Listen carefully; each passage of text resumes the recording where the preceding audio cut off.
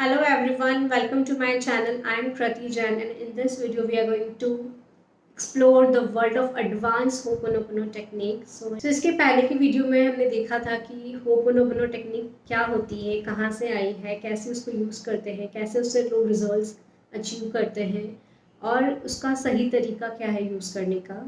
सो basic level हमने discuss किया था and in this video we are going to discuss about the advance level of Ho'oponopono. तो advance level को कैसे use करना है, एडवांस लेवल ऑफ होपोनोपोनो क्या होता है और उससे कैसे हम अपनी लाइफ की प्रॉब्लम्स को सॉल्व कर सकते हैं और कैसे मैजिकल रिजल्ट्स ला सकते हैं.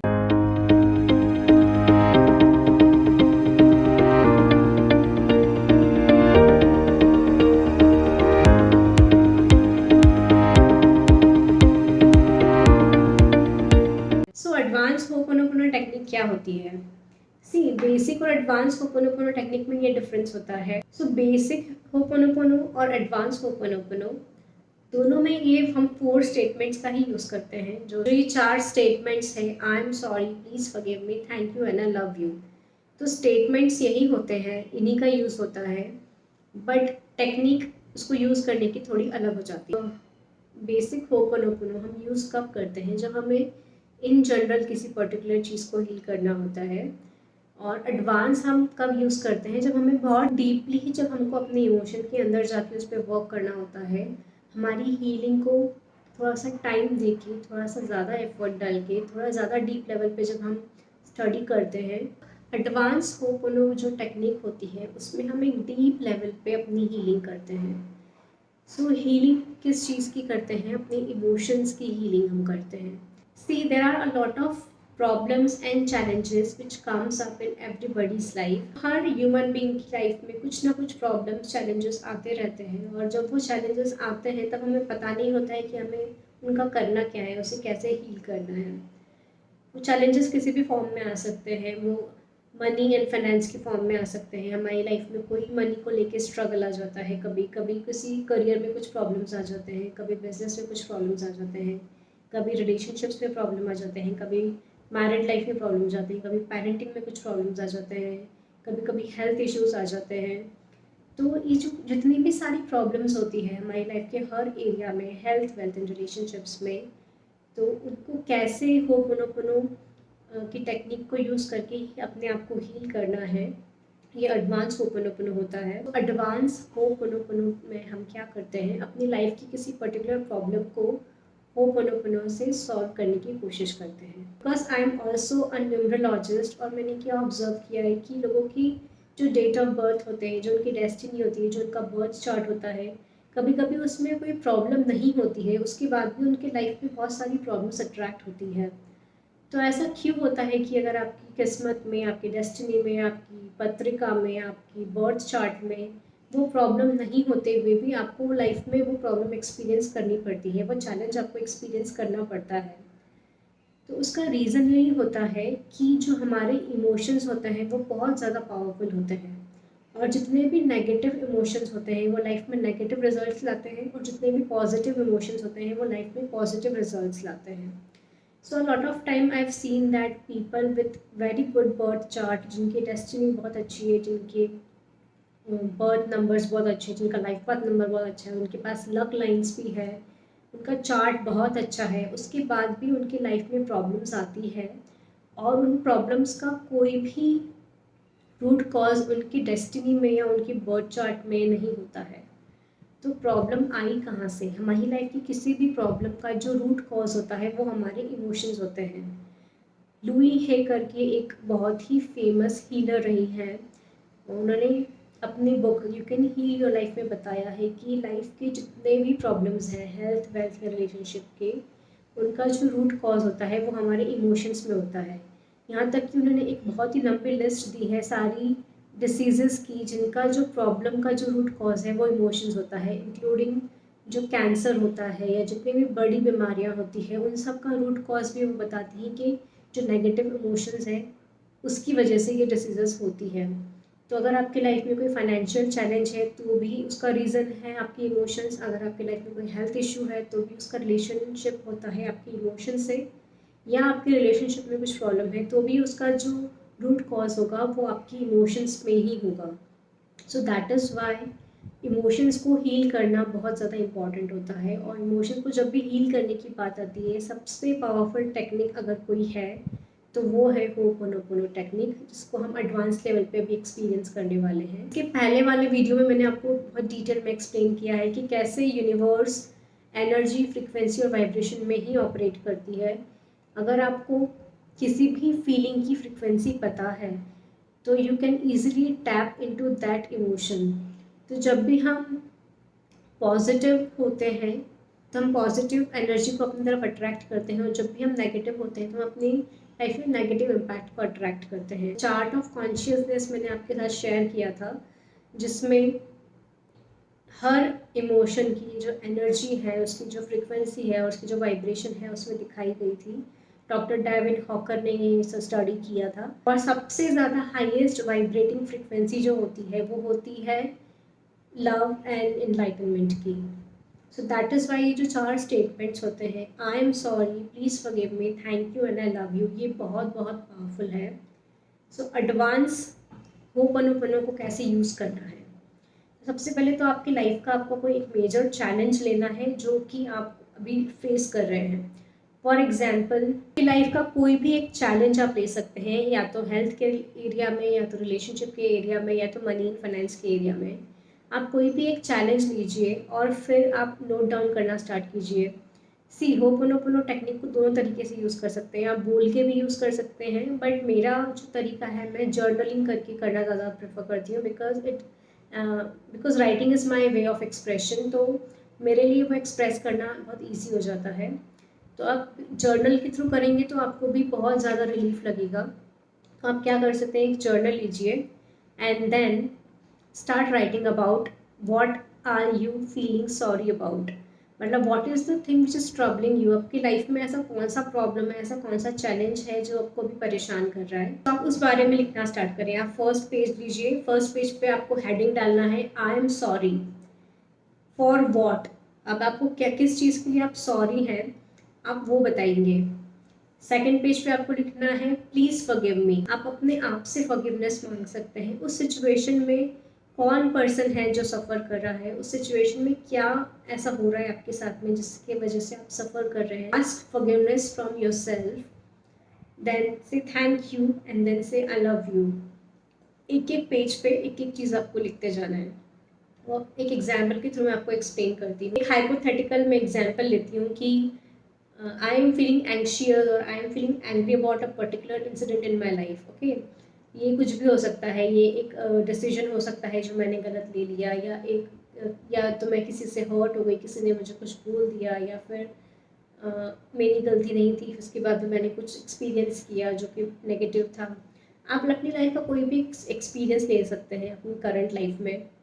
आपकी फ़ाइट हो गई है किसी से, आपका आर्गुमेंट हो गया किसी से, आपका किसी से झगड़ा हो गया है, तो वो जो एक इमोशन है जहाँ पे हर वो नेगेटिव इमोशन जहाँ पे आपको ये एक्सपीरियंस होता है कि you are losing your power, so उस सिचुएशन में आप ये यूज़ कर सकते हैं। जैसे मेरी बालकनी में जो प्लांट्स हैं ना, वो कभी कभी उनकी मैं अच्छे से केयर नहीं कर पाती हूँ, या मैं कहीं बाहर चली जाती हूँ थोड़े दिन के लिए तो उनको पानी नहीं मिल पाता है, तो वो पूरे ड्राई हो जाते हैं। तो जब भी वो प्लांट्स ड्राई होने लगते हैं, जब वो प्लांट्स मरने लगते हैं, तो what I do is I say ho'oponopono prayer to them, and I also feel guilty about not taking care of them. मैंने अच्छे से पानी नहीं दिया, मैंने अच्छे से केयर नहीं की, तो मैं उसके लिए गिल्ट भी फील करती हूँ। So the emotions are two way, मैं खुद भी गिल्ट फील कर रही हूँ and the plants are also feeling bad about it. Okay, this is just one example. So what I will do is, I am sorry, my dear plants, I am very very sorry, I wouldn't take care of you. और आप अपने reasons लिख सकते हैं कि आप क्यों उनका ध्यान नहीं रख पाया, why are you feeling sorry about not taking care of them. And जितने पॉइंट्स आप चाहें उतने लिख सकते हैं, जितना आपको आ रहा है, जितना आप फील कर रहे हो, जो भी आप एक्सप्रेस करना चाहते हो, वो आप सारे पॉइंट्स लिख दीजिए। Then ask for forgiveness, please forgive me. तो आप उनको बोलेंगे कि please forgive me for not taking care of you. फिर आपकी जो भी रीज़न है वो सारे रीजंस लिख दीजिए कि प्लीज़ फॉरगिव मी, आप क्यों फॉरगिवनेस मांग रहे हैं, वो सारे रीजंस आप लिख दीजिए। देन थैंक यू से, thank you that you have survived, thank you for everything, जिस भी चीज़ के लिए आप थैंक यू फील कर रहे हैं, उन सब चीज़ों को आप थैंक यू वाले सेगमेंट में डाल दीजिए. And then lastly you say I love you for I love you so much plants that you create a beautiful view of my balcony, you give me fresh air. Whatever your reasons are why do you love your plants, you can write all those statements in the I love you segment. सो ये just एक example था, वो आप किसी भी person के लिए, आपकी लाइफ की किसी भी सिचुएशन के लिए इसको यूज़ कर सकते हैं. तो एक एग्जाम्पल के थ्रू और समझने की कोशिश करते हैं कि एडवांस लेवल पे होपोनोपोनो कैसे यूज़ करते हैं. फॉर एग्जाम्पल अगर किसी के बिजनेस में कोई बड़ा लॉस हो जाता है, या किसी की जॉब चली जाती है, या किसी भी कोई भी फाइनेंशियल सेटबैक को वो एक्सपीरियंस करते हैं लाइफ में, तो वो क्या लिख सकते हैं, आई एम सॉरी फॉर. तो सबसे पहले तो आप ये बोलेंगे कि what are you sorry for. तो हो सकता है इसमें आपकी भी कोई गलती हो, इसमें हो सकता है कि आपने कोई केयरलेसनेस की हो, कोई डिसीजन टाइम पे नहीं लिया हो, कोई डिसीजन गलत ले लिया हो. तो सबसे पहले आप अपने आप को सॉरी बोलेंगे और मनी को सॉरी बोलेंगे कि sorry money, I couldn't take care of you, और मैंने ही गलत डिसीजन लिया, या मैंने ये किया या ये नहीं किया. तो ऐसे आप जिस भी चीज़ के लिए सॉरी फील कर रहे हैं, खुद के लिए और मनी के लिए, तो वो सारा आप एक पेज पे लिखेंगे. देन सेकंड पेज पे आप क्या लिखेंगे, प्लीज़ फॉरगिव मी. आप अपने आप से भी फॉरगिवनेस मांगेंगे हमेशा, और आप जो भी कंसर्न पर्सन है या उस सिचुएशन में अगर मनी है तो आप मनी से भी सॉरी मांगेंगे. Then say thank you. आप थैंक यू भी बोलेंगे कि thank you universe, thank you God कि आपने मुझे प्रोटेक्ट किया. मेरा इतना ही लॉस हुआ, मेरा और भी ज़्यादा लॉस हो सकता था, मेरी लाइफ में और भी चैलेंज आ सकता था, बट इतने में ही वो रुक गया. सो ये प्रॉब्लम के लिए, इस चैलेंज के लिए thank you, I accept it and I know that I am capable of dealing with it. आपको जो जो भी लगता है आप वो सब कुछ लिख दीजिए. बिकॉज जब तक हम उस प्रॉब्लम को थैंक यू नहीं बोलेंगे, जब तक हम उस चैलेंज को थैंक यू नहीं बोलेंगे, हम आगे नहीं बढ़ पाएंगे. सो बहुत से लोग इस चीज़ को एक्सेप्ट नहीं कर पाते हैं कि हमारे साथ ऐसा हुआ है तो हुआ ही क्यों है. तो ये एक्सेप्ट करने का एक तरीका होता है, उस चीज़ को एक्नॉलेज करने का. And also acknowledge that God and universe has always supported you, कि आपको इतना ही प्रॉब्लम आया, और भी बहुत ज़्यादा प्रॉब्लम आ सकता था. So say thank you for everything, say thank you to yourself for standing up for yourself. आप अपने ऐसी सिचुएशन में भी अपने आप को संभाल पा रहे हैं, सर्वाइव कर पा रहे हैं. सो अपने आप को भी थैंक यू बोले, मनी को भी थैंक यू बोले, यूनिवर्स और गॉड को भी थैंक यू बोले. And then say I love you to yourself, then I love you to the universe, I love you to the money.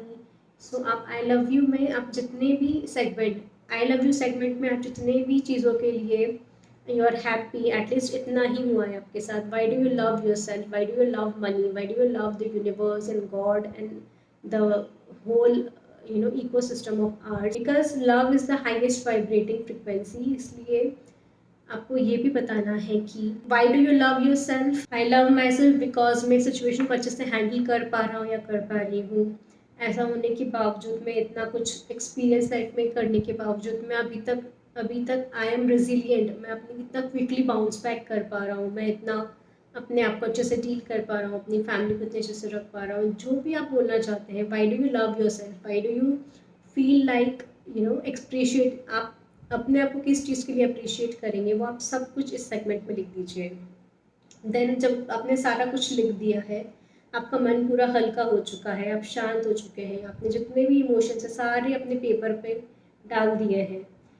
उसके बाद आपको क्या करना है, आपको बोलना है कि I take 100% responsibility of my own life and my decisions.